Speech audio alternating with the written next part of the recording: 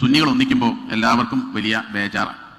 ഇവിടെയുള്ള മുജാഹിദ് പ്രസ്ഥാനത്തെ, എട്ടിൽ പൊട്ടി നിൽക്കുന്ന മുജാഹിദ് പ്രസ്ഥാനത്തെ ഒന്നിച്ചു ചേർക്കാൻ ആവേശം കാണിക്കുന്ന ആളുകൾ, മുജാഹിദ് പ്രസ്ഥാനത്തെ ഒരുമിച്ച് കൂട്ടി ഒറ്റവേദിയാക്കാൻ ആവേശം കാണിക്കുന്ന ആളുകൾ, അവർ തന്നെയാണ് സുന്നികൾ ഒന്നിക്കുമ്പോൾ വലിയ ബേജാറുമായി നടക്കുന്നത്. സുന്നികളെ സംബന്ധിച്ചിടത്തോളം ഇത് അടിസ്ഥാനപരമായി ഈ സംഘടനകളൊന്നും സംഘടനാപരമായ ഭിന്നിപ്പുണ്ട് എന്നത് ശരിയാണ്. അടിസ്ഥാനപരമായി വ്യത്യസ്തമായ വീക്ഷണം വെച്ച് പുലർത്തുന്നവരല്ല ഈ 4 സുന്നി സംഘടനകൾ. സംഘടനാപരമായ ചില അഭിപ്രായ വ്യത്യാസങ്ങളൊക്കെ ഉണ്ട്. പ്രത്യേകിച്ചും നമ്മളൊക്കെ വേദിയിലും പേജിലും ഒക്കെ നിരന്തരം അങ്ങോട്ടും ഇങ്ങോട്ടും ഒക്കെ ആക്ഷേപിച്ച ആളുകളാണ്.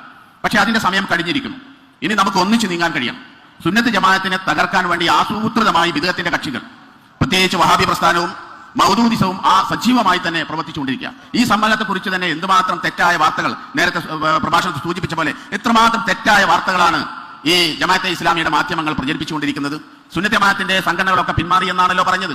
ഇവിടെ ഏറെക്കുറെ എല്ലാ സംഘടനകളുടെയും പ്രതിനിധികൾ ഇവിടെ പങ്കെടുത്തു എന്നാണ് മനസ്സിലാക്കാൻ കഴിഞ്ഞത്. സയ്യിദുൽ ഉലമ നേരിട്ട് അതിന്റെ ഉദ്ഘാടന കർമ്മം ഈ വേദിയിൽ വെച്ചുകൊണ്ട് ഓൺലൈനായിട്ടാണെങ്കിലും നിർവഹിക്കപ്പെട്ടു. അപ്പോൾ സുന്നികൾ ഒന്നിക്കുമ്പോൾ വലിയ ബേജാറാണ്.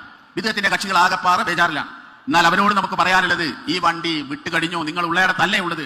കേരളത്തിലെ സുന്നികൾ ഒറ്റക്കെട്ടായി മുന്നോട്ട് പോകാൻ തയ്യാറായിരിക്കുന്നു എന്ന പ്രഖ്യാപനം ഇതാ ഈ കലൂർ സ്റ്റേഡിയത്തിൽ വെച്ചുകൊണ്ട് നടന്നു കഴിഞ്ഞു. ഇനി അതിന്റെ അനുരണനങ്ങൾ ഇൻഷാ അല്ലാഹ് കേരളം അങ്ങോളം ഇങ്ങോളം ഉണ്ടാകും. ഏറെക്കുറെ മലബാറിലൊക്കെയും മഹല്ലുകളിൽ പരസ്പരം സഹകരിച്ചുകൊണ്ടാണ് മുന്നോട്ട് പോകുന്നത്. നേരത്തെ ഉണ്ടായിരുന്ന സാഹചര്യങ്ങളൊക്കെ മാറി. ബിദ്അത്തിന്റെ കക്ഷികൾ നമ്മുടെ പള്ളികൾ, നമ്മുടെ മദ്രസകളൊക്കെ പിടിച്ചടക്കാനുള്ള ശ്രമം നടത്തിക്കൊണ്ടിരിക്കുമ്പോൾ സുന്നികളായ ആളുകൾ ഒന്നിച്ചു നിൽക്കുന്ന ഒരു സാഹചര്യം മലബാറിലെ ഗ്രാമപ്രദേശങ്ങളിൽ പോലും നമ്മൾ കണ്ടുവരികയാണ്. ഒരുപാട് പള്ളികൾ നമുക്ക് നഷ്ടപ്പെട്ടു. ഇപ്പൊ കോഴിക്കോട് അങ്ങാടിയിൽ പോയാൽ 10ഓളം വലിയ പള്ളികളാണ് സുന്നികൾക്ക് നഷ്ടപ്പെട്ടത്. ബിദ്അത്തിന്റെ കക്ഷികൾ പിടിച്ചെടുത്തിട്ടുള്ളത്, വഹാബികൾ പിടിച്ചെടുത്തിട്ടുള്ളത്. അതൊക്കെയും നമുക്ക് തിരിച്ചു പിടിക്കേണ്ടതുണ്ട്.